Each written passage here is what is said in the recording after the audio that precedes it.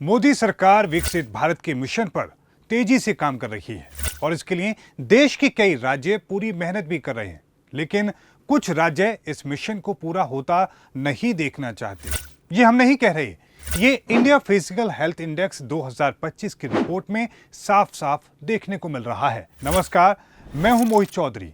आज हम बात करेंगे इंडिया फिजिकल हेल्थ इंडेक्स 2025 की रिपोर्ट पर। इस रिपोर्ट में कई एजेंडाधारी नेताओं की पोल खुल रही है। इस रिपोर्ट में साफ बताया जा रहा है कि कैसे बीजेपी रूल्ड स्टेट तेजी के साथ आगे बढ़ रहे हैं और जहां विपक्ष की सरकार है वो रेवेन्यू की कमी से जूझ रहे हैं। नीति आयोग की रिपोर्ट सिर्फ एक रैंकिंग नहीं है, बल्कि एक मिरर है जो स्टेट की फिजिकल हेल्थ की असली तस्वीर दिखाता है। या फिर साफ साफ शब्दों में कहें तो ये रिपोर्ट बताती है कि किस राज्य की सरकार कैसा काम कर रही है, किस राज्य की सरकार जनता का खून चूसने का काम कर रही है। फिजिकल हेल्थ इंडेक्स यानी कि FHI का मुख्य मकसद स्टेट की फाइनेंशियल हेल्थ को कंपेयर करना होता है। रिपोर्ट में 18 बड़े राज्यों को शामिल किया गया है जो GDP और डेमोग्राफी दोनों में इंडिया की बैकबोन है। ध्यान दीजिए, भारत में 2/3 पब्लिक स्पेंडिंग और 1/3 टोटल रेवेन्यू स्टेट के पास होता है। मतलब अगर स्टेट फाइनेंशियली मजबूत होते हैं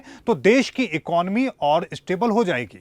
उड़ीसा नंबर 1 पर है। इसका FHI स्कोर 67.8 के साथ डेबिट इंडेक्स और सस्टेनेबिलिटी में सबसे मजबूत है। माइनिंग रेवेन्यू ने स्टेट की इनकम बढ़ाई है। छत्तीसगढ़ दूसरे नंबर पर है।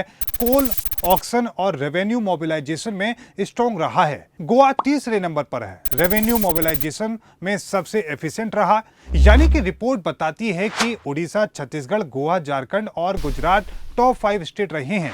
और खास बात यह है कि इन टॉप स्टेट में बीजेपी रूल्ड स्टेट फाइनेंशियली और भी ज्यादा मजबूती के साथ में आगे निकल कर आए हैं। बड़ी बात यह है कि इनमें टॉप 5 स्टेट में से 4 तो बीजेपी रूल्ड हैं। अब यहाँ CAG की रिपोर्ट का जिक्र भी करना जरूरी है। एक समय था जब उत्तर प्रदेश को बीमारू स्टेट कहा जाता था, यानी कि फाइनेंशियली और डेवलपमेंट इंफ्रास्ट्रक्चर में बेहद कमजोर, लेकिन आज पिक्चर एकदम बदल चुकी है।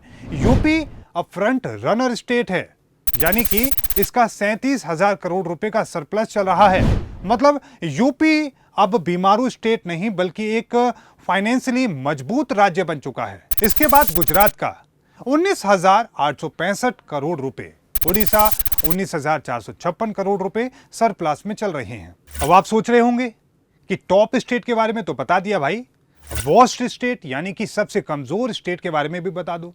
तो चलिए ये भी बता देते हैं। रिपोर्ट में बताया गया है कि सबसे ज्यादा फाइनेंशियल संकट झेल रहे ओपोजिशन रूल्ड स्टेट हैं, यानी कि पंजाब, वेस्ट बंगाल और केरला। फिर से बोलूं, अरे भाई केरला, वही केरला जहां 100% लिटरेसी रेट होने के दावे किए जाते हैं। संदेश साफ है कि 100% लिटरेसी रेट तब तक काम नहीं आता जब तक वहां पर की सरकार सही दिशा में काम ना कर रही हो। इन स्टेट की प्रॉब्लम है हाई डेबिट, रेवेन्यू डेफिसिट और खराब एक्सपेंडिचर क्वालिटी। खासकर Punjab debit to GSDP ratio सबसे खतरनाक स्तर पर है। टॉप स्टेट जैसे उड़ीसा, गोवा, यूपी अपने बजट का लगभग 27% कैपिटल एक्सपेंडिचर पर खर्च करते हैं, यानी कि सड़कें, ब्रिज, इंफ्रास्ट्रक्चर जैसे कामों पर। स्कूल बनाए जा रहे हैं, नए हॉस्पिटल बन रहे हैं, इस तरह की चीजें। वहीं पंजाब, वेस्ट बंगाल, आंध्र प्रदेश सिर्फ 10% अपना कैपिटल एक्सपेंडिचर पर खर्च कर पाते हैं। इसका मतलब है कि जहां पर टॉप स्टेट डेवलपमेंट पर काम कर रहे हैं, वहां पैसा भी लगा रहे हैं, वहीं कमजोर स्टेट रेवेन्यू खर्चों में पैसा डुबो रहे हैं। दोस्तों, फिजिकल हेल्थ इंडेक्स हमें याद दिलाता है कि अगर स्टेट मजबूत होंगे तभी भारत की इकोनॉमी सस्टेनेबल होगी, यानी कि स्टेट मजबूत होंगे तभी विकसित भारत का सपना साकार हो पाएगा। उड़ीसा और उत्तर प्रदेश जैसे स्टेट्स ये दिखाते हैं कि अच्छे गवर्नेंस और स्मार्ट फाइनेंशियल मैनेजमेंट से कोई भी स्टेट बीमारू से निकलकर टॉप परफॉर्मर बन सकता है।